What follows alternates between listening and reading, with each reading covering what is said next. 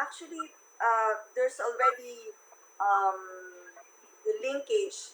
We are already feeling the impacts of the decline in biodiversity and also climate change. When we talk about biodiversity, it's ecosystem. We talk about ecosystems, species, and genetic diversity.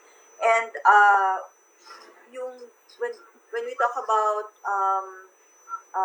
the decline in biodiversity or the ecosystems, if they are degraded, it is now resulting to emerging diseases. So, pag sinabing emerging diseases,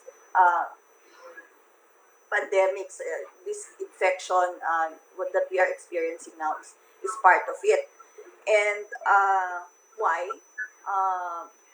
Because there's more exposure now to the wilderness areas, between people and wilderness areas, between people and wildlife.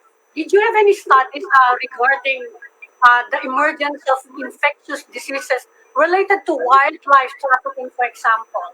Kasi sabi nila galing daw to sa bat. Eh baka daw tumalon through pangolins and then to humans. Yung SARS nanggaling din sa bat. Did you have previous studies on this, yung center ninyo? Yeah, actually, before I was in the center, I was also with the Biodiversity Management Bureau, or the Protected Areas and Wildlife Bureau of the DNR. And in my previous position, we were already able to encounter the Ebola reston strain here in the Philippines. From monkeys? The Ebola, yes, sa monkeys. So we had a strain of Ebola that was existing here in the Philippines.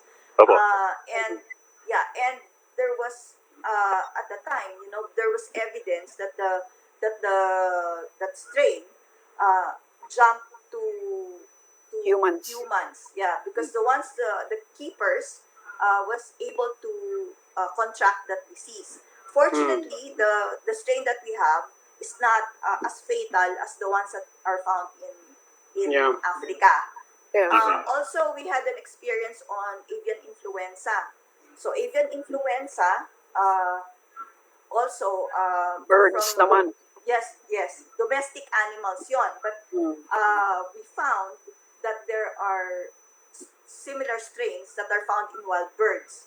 But the strains that are found in wild birds do not jump immediately to humans. It had to go through, it went through, it goes through the poultry, diba? It was from the poultry industry and then to humans. Doc, if I'm understanding this correctly, it's not just about necessarily consuming. It's not just about trade. It's also about habitat, the habitat of humans and habitat of wildlife, humans in particular, encroaching into wildlife habitats, hindi ba? So it's not necessarily just consuming this directly, but us developing artificially more and more contact points with wildlife. Yes, that's right.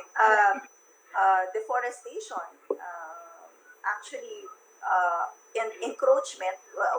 The demand for residential farmland, areas, farmlands, increasing residential areas or development areas.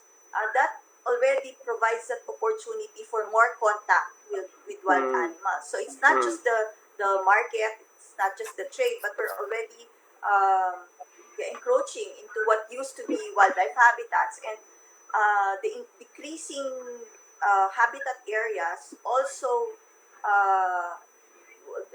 the wildlife now looks for other areas to stay in. So they start roosting in your house, because the roosting tree where they used to be has been cut down.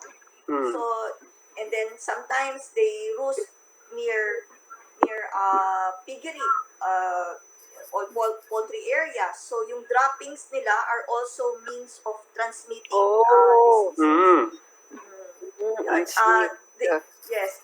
And the incident on avian influenza before, maraming the poultry and the duck farms, they're very close to watering areas of wild birds. So that already provides that opportunity for exposure. At this time, we already need to instill that thinking to the public, to decision makers. It's, it can't just be left to the conservationists or the environmentalists. We're now working on mainstreaming biodiversity into development planning, for example. So biodiversity cannot be left to the environment advocates or to the Ministry of Environment or Department of Environment.